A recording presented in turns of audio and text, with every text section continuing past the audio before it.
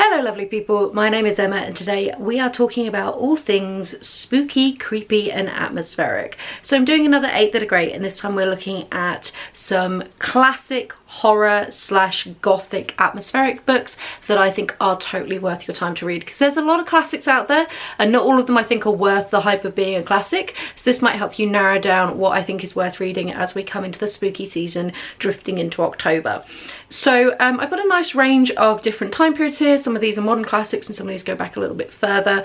All of them I have talked about on my channel before obviously, but some of them not for a really long time. The first book I'm going to talk about is The Island of Dr. Moreau by H.G. Wells. This is a wonderful little kind of sci-fi book. H.G. Wells writes quite short books. Most of the books on this list actually are relatively short. I do think that horror does better with less space to kind of waffle on.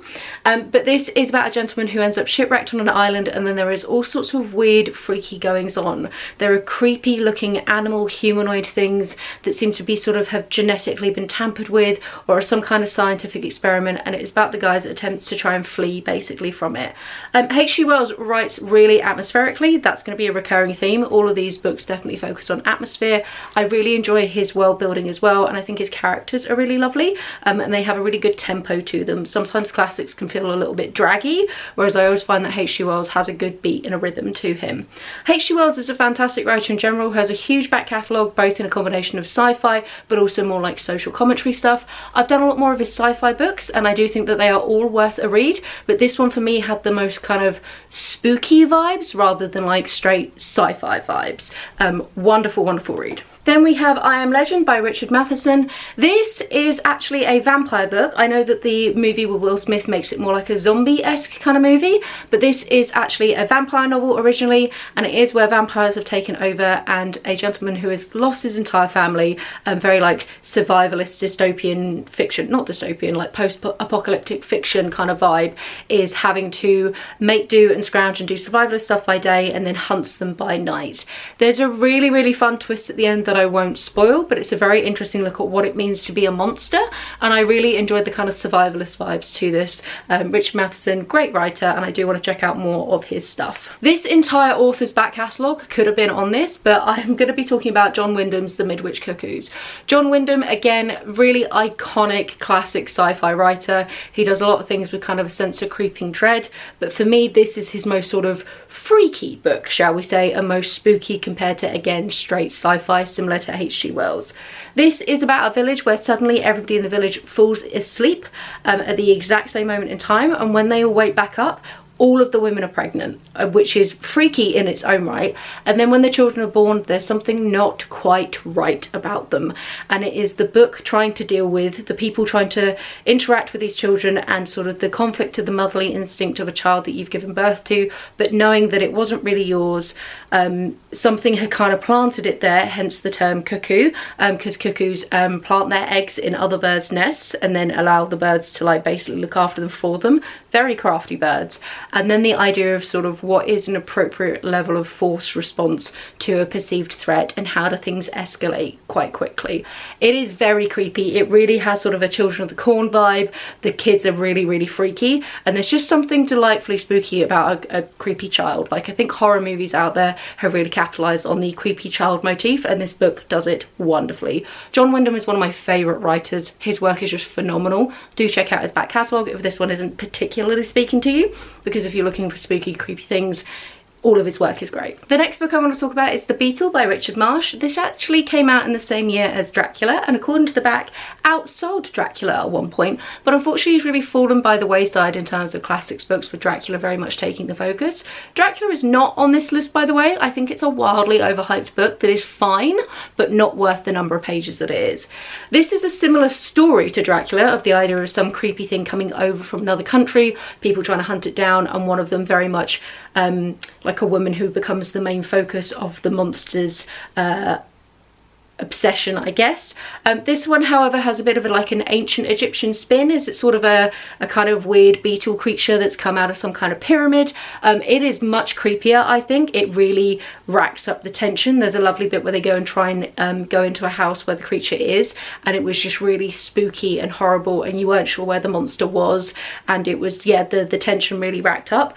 And it is a much shorter book than Dracula, which means I think it does it more concisely, and it's just basically better, less wordy, more well-rounded characters in general, and the pacing is much nicer. So really fantastic book. I actually have a full review of this book that I go into more detail of it, which I will link down below or up in the cards or wherever the hell we link things these days. The next one is a more modern one, and this is Rosemary's Baby by Ira Levin. This is about a young couple. I think it's set in the 50s. They move into a lovely new fancy apartment. They're very concerned about keeping up with the Joneses, keeping appearances, and really having just the most proper house. They are also trying to get pregnant and not particularly succeeding, and the creepy but very well-meaning couple next door seem to be very invested in them and their future, and then also their future baby. Rosemary then does fall pregnant, but it feels weird and strange and not right, and she just has this creeping sense of losing control over her body and there being something growing inside her that maybe shouldn't be, and she has those conflicting ideas of wanting to protect her child but also feeling very unnerved by what is going on with her body. Pregnancy is quite a creepy thing in general, and I enjoy the fact that 2 of the books on this list focus around pregnancy being something which has been implanted into the person rather than being like a natural joyful process between like 2 people, and the idea of it being something which you can be used as a vessel for some other nefarious reasons. And I think it really is resonant, especially when we kind of consider sort of pregnancy and abortion rights going on at the moment in the world. So yeah, really great book. I listened to this on audiobook and I really enjoyed the narrator's voice, especially for the elderly couple, because it really walks that fine line between like sweet old biddy lovely little dear to why is there suddenly a bit of an edge and a sort of tone to her voice that doesn't really sit right. Really good fun, totally worth a read. And then the next 3 books I actually mentioned in my September reading wrap up because I've read them all that recently, but they just were such perfect chef's kisses, like atmospheric classics books, that I wanted to mention them in this video anyway, even though I've done them quite recently. Before I get to them though, I do want to do an honourable mention for Daphne du Maurier, who is a wonderful author and should have really made this list, but there were too many other ones I wanted to talk about. Genuinely, her entire back catalogue is fantastic. I would recommend starting with My Cousin Rachel and Rebecca or The Doll and Other Short Stories, but she has just, again, the most glorious gothic vibes ever, so do check out her back catalogue if you want some more spooky vibes going on. So the next book is The Hound of the Baskerville by Arthur Conan Doyle, probably the creepiest of all of the Sherlock Holmes books, or at least the ones I've read so far. It's the one that definitely dabbles the most with the supernatural. The others tend to be a little bit more straight detective, and this is about a gentleman who has inherited a house, but there is some kind of curse on his family that the Hound is going to come and get him, and it's about Watson and Sherlock trying to work out what is the mundane explanation for this apparently supernatural hound who seemed to have terrified somebody to death. Really good fun, and what I enjoy about this one is we spend a lot more time with Watson than with Sherlock, and it really is an opportunity for him to shine as a character, because I think he's just such an interesting guy in his own right, and he's very much overshadowed by the infamous Sherlock Holmes most of the time. Then we have The Haunting of Hill House by Shirley Jackson. I listened to this one again on audiobook and it was glorious. It is about a group of people who have been invited to stay in a supposedly haunted house by a professor who is trying to study that house, and then these spooky weird shenanigans going on. This is the ultimate slow burn horror of all of these. It really takes its time ramping up the creep and ramping up the sense of dread in a way that I just absolutely luxuriated in. The first third of the book almost doesn't even feel spooky at all. There is a faint hint of foreshadowing here or there, but then it just starts to get a little bit more unnerving. The house is a bit creepier, there's cold spots, there's things knocking in the night, and it really escalates.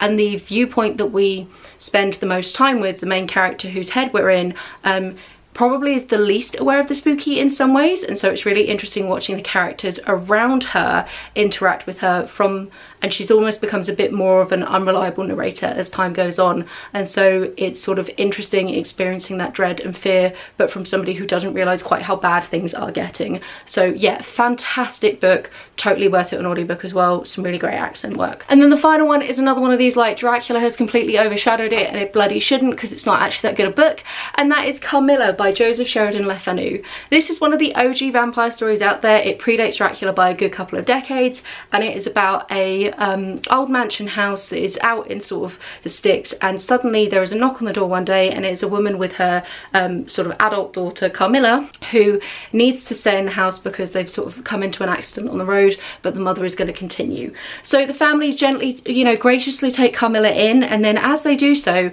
spooky, weird, creepy stuff seems to start happening, and the daughter of the house suddenly starts to experience these really weird symptoms. She becomes very lethargic, she suddenly feels quite faint, she has all these sort of marks on her neck, she has these very spooky dreams, and it's about, again, the creeping sense of who is this person that we've invited into our house, the monster behind the smiling pretty face. And yeah, it's generally really good fun. My only criticism of this book is it ends very abruptly. It really felt like the pacing was lovely until the last kind of 20%, and then we kind of barrel towards the end, and I really would have happily had double the length of time in this book to just kind of luxuriate in the characters, really enjoyed them, and I loved the relationship between the daughter and Carmilla and the sort of toxic love relationship. It is very much like sapphic glory here, but yeah, very toxic, draining relationship, both physically and like literally and metaphorically.